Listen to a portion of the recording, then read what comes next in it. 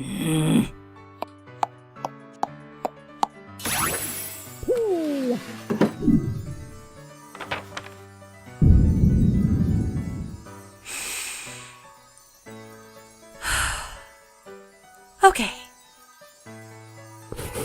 Twilight Sparkle. 6 months spent in Diamond Dog negotiations. Luna and I spent 6 months discussing appropriate compensation for their stores of polished onyx. Dry kibbles and bits weren't good enough, but we wouldn't dare succumb to their demands of flank steak slathered in gravy. Today, we were close to a compromise on soft, slightly microwaved mystery meat from a can. We normally serve that to rogue griffins in the dungeon, though we didn't tell them that. Their tongues were practically salivating, and we had them sold. Then, one of their messenger dogs came in and told of a pony who squealed and whined some of their dogs into handing over their entire gem store in one of their mines. Ruff, the pack leader, was not pleased, barking obscenities and frothing at the mouth.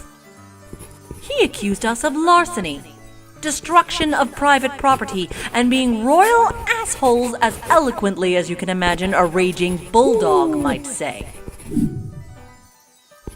Obviously, negotiations broke down, but we managed to escape thanks to a good stick throw. Let that be a lesson for you. When entering negotiations, have a backup plan. Or 3. Luna had a ball and I had a big stick, but thankfully we didn't need them. By the way, Luna is not happy she didn't get her onyx. She's venting in her room right now, chucking stones at statues in the garden. Earlier I warned her about one in particular, but she said she wouldn't aim for it. I'm happy she's still new after all this time. Last thing we need is another out-of-control problem. Then I settled down in my room to read your report. The lesson you learned from Rarity was good. Really, really good. Just so good. Now, I'm not naming names here, but her timing is oddly coincidental. Unless some other pony was captured by diamond dogs and pulled the exact same song and dance she did, the chances of this being the situation that messenger dog mentioned are remarkably high. Almost certain, in fact. I'm not mad. Assuming she got the gems she did, there's probably some polished onyx among those. So I'll send a request that she also fashion Luna's regalia. I know the gala's coming up soon, but she'll have time. She'll make the time.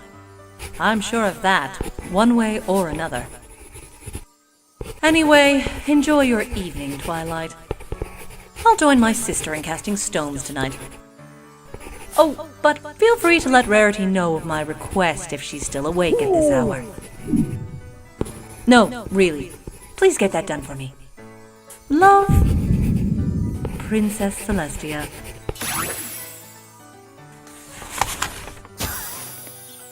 All right, Luna. Give me some space.